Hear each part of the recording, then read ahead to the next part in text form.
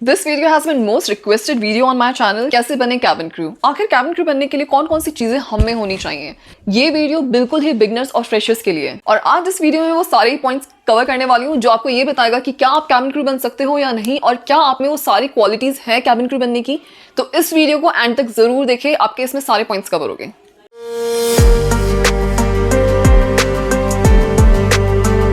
Hello everyone, my name is Neelam Parmar. I work as a cabin attendant with Indigo Airline. Welcome back to my channel. आज के इस video में हम बात करने वाले हैं एक बहुत ही important टॉपिक पर, that is what are the basic eligibility criteria and what are the qualification to become a cabin crew.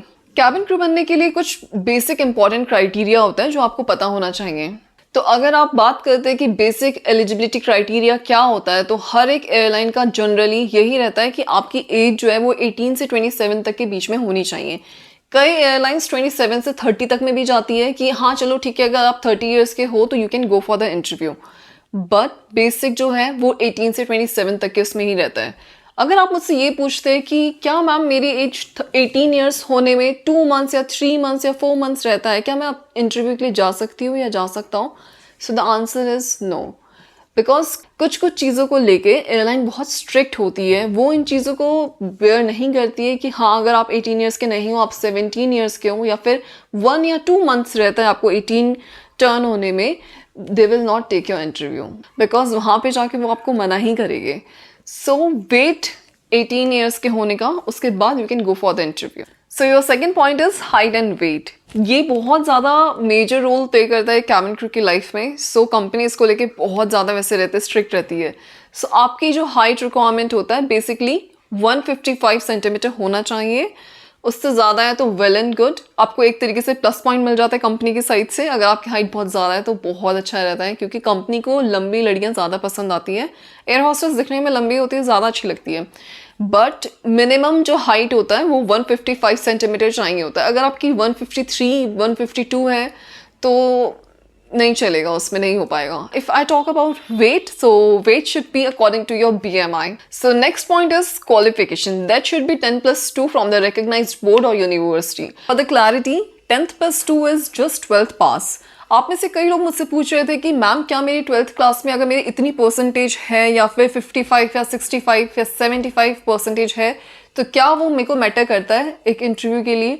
तो मैं आपको बता दूं कि आपकी परसेंटेज उसमें मैटर नहीं करती है। They just need 12th pass. Fourth point is communication. They need fluency and clarity of speech in both Hindi and English. So मैंने काफ़ी सारे DMs देखे जिसमें मेरे से कॉन्टिन्यूसली एक ही चीज़ पूछी जा रही थी कि क्या मैम हमसे इंटरव्यू के टाइम पे हिंदी में भी क्वेश्चंस पूछे जाते हैं। मैं आपको बता दूं कि अगर उसमें लिखा हुआ है कि fluency, they need fluency and clarity of speech in both Hindi English, that means कि हाँ वो चाहते हैं कि आपकी जो फ्लुएंसी है इंग्लिश में भी ज़्यादा होनी चाहिए, हिंदी में भी अच्छी होनी चाहिए, and they can ask you in both the languages, that is Hindi and English. And मैंने मेरे सामने खुद देखा था कि रिक्रूटर्स ने मेरे ही बैच में से 2 लड़कियों से हिंदी में क्वेश्चंस पूछे थे। सो अब आप समझ गए होंगे कि हाँ हिंदी में मैटर करता है। And fifth point is appearance. Positive body language and well groomed is must for cabin crew. आप लोग जानते ही है कि ये बहुत ग्लैमरस जॉब है जिसमें आपको हमेशा हर टाइम ग्रूम रहना पड़ता है, and you need to be very poised in this job. So वो अपने कैंडिडेट में भी यही चीज़ चाहते हैं, इसलिए आप अगर इंटरव्यू के लिए जा रहे हो आपको एक बहुत ही अच्छा पॉजिटिव एटीट्यूड कैरी करके जाना पड़ेगा। Even you should be well groomed. So what is positive body language? आप जब इंटरव्यू के लिए जाते हो तब रिक्रूटर आप में हर एक चीज़ नोटिस करता है, छोटी से छोटी बड़ी से बड़ी चीज़ें वो आपको देखते हैं, ऑब्जर्व करते हैं। आप जा रहे हो, लोगों से किस तरीके से अप्रोच कर रहे हो, लोगों से किस तरीके से, रिक्रूटर से किस तरीके से ग्रीट कर रहे हो, हर एक छोटी छोटी चीज़ों को नोटिस किया जाता है। That is why they want their crew to be very poised in positive body language. One of the most important point जिसकी वजह से मैक्सिमम कैंडिडेट्स इंटरव्यू के टाइम पर रिजेक्ट हो जाते हैं, that is tattoo. Make sure कि जो आप फॉर्मल अटायर कैरी कर रहे हो या जिस एयरलाइन के इंटरव्यू के लिए जा रहे हो उसकी जो यूनिफॉर्म है, उन दोनों में ही आपके जो विजिबल पार्ट में टैटू नहीं होना चाहिए। अगर वो विजिबल है, टैटू विजिबल है, that means a big no. And the thing is कि अगर आप ब्लेजर कैरी कर रहे हो, जैसे विंटर्स आने वाले हैं, अगर उन विंटर के टाइम पे आप अगर ब्लेजर कैरी कर रहे हो तो चांसेस हाई है कि वो आपसे ब्लेजर उतरवा के आपके हैंड्स चेक करेंगे।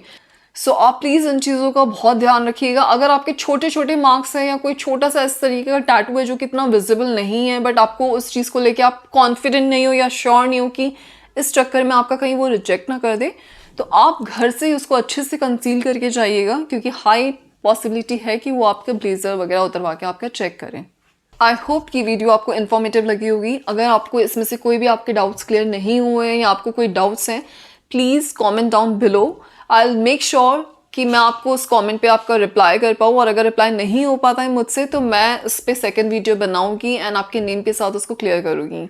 So thank you so much for watching this video. I hope this will be very helpful for you. So don't forget to subscribe my channel and hit the like button also, and please don't forget to press the bell icon so that you will never miss my video. Thank you so much. Bye.